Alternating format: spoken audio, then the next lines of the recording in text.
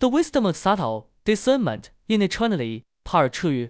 Hello, everyone, and welcome to today's podcast. We'll continue our exploration of the fascinating film, Eternity. Yesterday, we discussed some thought-provoking dialogues from the movie, especially regarding the contrast between spiritual cultivation and worldly wisdom. Today, we'll delve deeper into the underlying meanings of these conversations and see how the film subtly integrates Buddhist wisdom.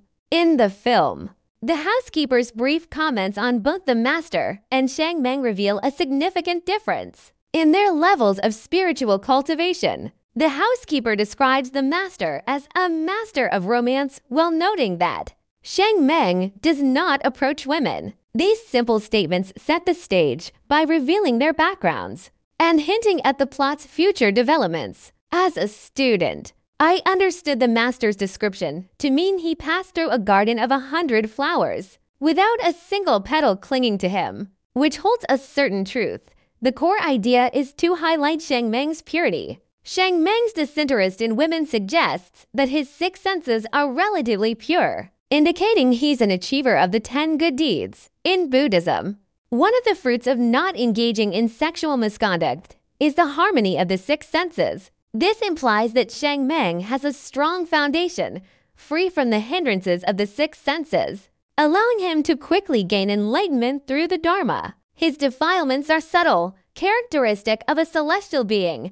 The film's setting in Thailand, a land visited by the Buddha and his great disciples. It implies that the master, having journeyed through such places, naturally possesses a higher spiritual state than ordinary people. More importantly, even though the master is romantic, he isn't entangled by carnal desires. His ability to build a successful enterprise demonstrates that his mind is unburdened, making him a true achiever. If he were genuinely consumed by lust, his endeavors would never flourish.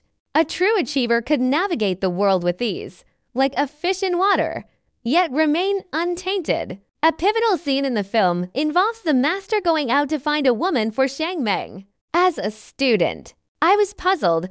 Why would the master seek a woman from a romantic establishment for Shang Meng, rather than someone of suitable background? This action, however, reveals the master's profound wisdom. The teacher explained that Upati, the woman in the film, isn't an ordinary courtesan. She's an archivist, well-educated and capable in her profession.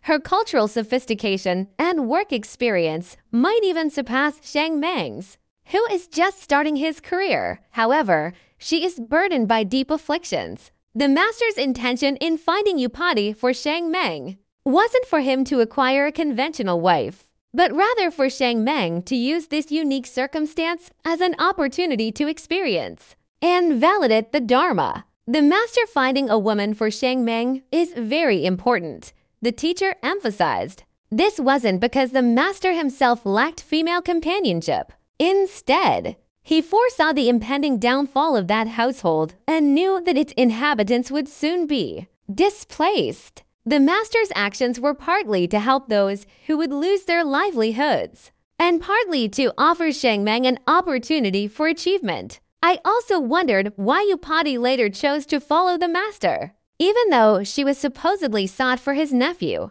The teacher pointed out incisively that women naturally gravitate towards someone with the master's wealth and social standing. Shang Meng, a young man fresh out of school, despite his potential inheritance, lacked immediate tangible assets, making it difficult to attract someone with Upati's worldly experience. Upati is practical. She wouldn't entertain talk of spirituality being most important, but would consider tangible benefits. In the film, Shang Meng appears in two strikingly different guises. First, disheveled and ragged in a desolate landscape. Then, returning from abroad, riding a horse amid scattered flowers and parasols, commanding universal reverence. As a student, I openly admitted that most people would find the latter appealing, while dismissing the former as a sign of madness. The teacher succinctly revealed the truth.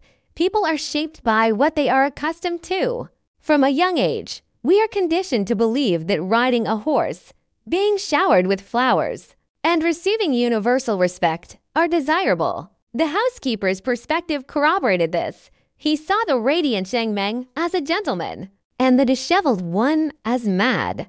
The teacher further elaborated that by this standard, the Buddha would also be considered mad. He abandoned his throne and all the luxuries of the palace to practice asceticism. To ordinary people, this would be incomprehensible. No food to eat, no water to drink, no place to live, nothing. When everything was readily available in the palace, this, they would think, is sheer lunacy. Yet, why did princely disciples like Ananda and Devadatta choose to follow the Buddha? Because they genuinely saw and understood the ultimate wisdom of the Dharma. When they realized that the Dharma could bring ultimate joy and liberate their perceptions, they decisively renounced their worldly lives. Those with wisdom undertake renunciation after thorough investigation. They do not perceive it as madness or folly, but as the path to achieving wisdom. Great disciples like Madhyalina and Sariputra, who were already immensely powerful and wise leaders of other spiritual paths, before encountering the Buddha, immediately embraced the Dharma upon recognizing its truth.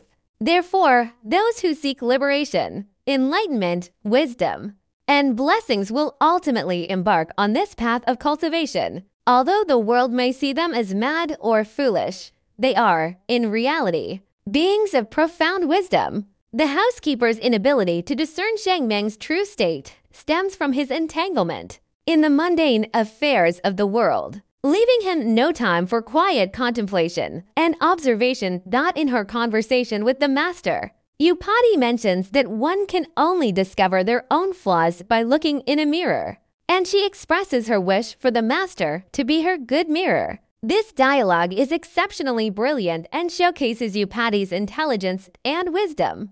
The teacher explained that Upati called the master a brand new good mirror because she hadn't known him before.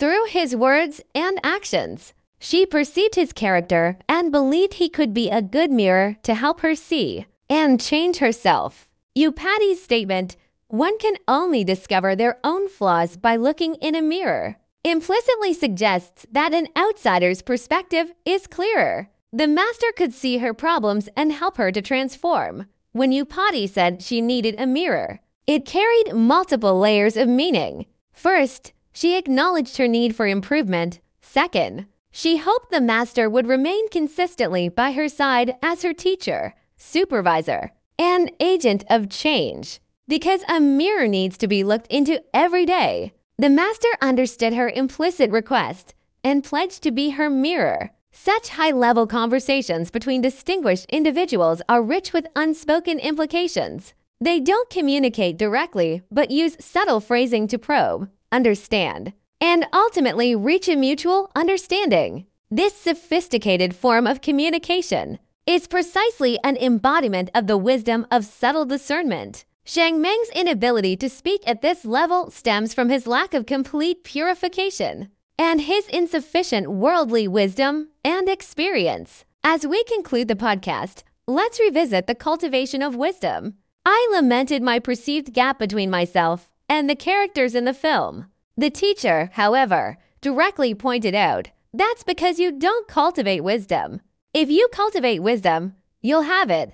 If you don't, you'll never have it. Buddhism emphasizes that we must learn to observe the impermanence, suffering, emptiness, and non-self of the world, even with a good foundation. Zhang Meng initially believed certain things were constant and joyful, only to have them ultimately disproven by impermanence and suffering. This is an inevitable process of validation in Buddhist practice. The film Eternity, through its characters and plot, vividly demonstrates the wisdom of subtle discernment in Buddhism. It teaches us that true wisdom isn't merely extensive knowledge, but more importantly, the ability to discern the true nature of reality, understand dependent origination, and communicate effectively with others. That's all for today's podcast. I hope that through this interpretation of the film Eternity, everyone can gain a deeper understanding of spiritual cultivation and wisdom.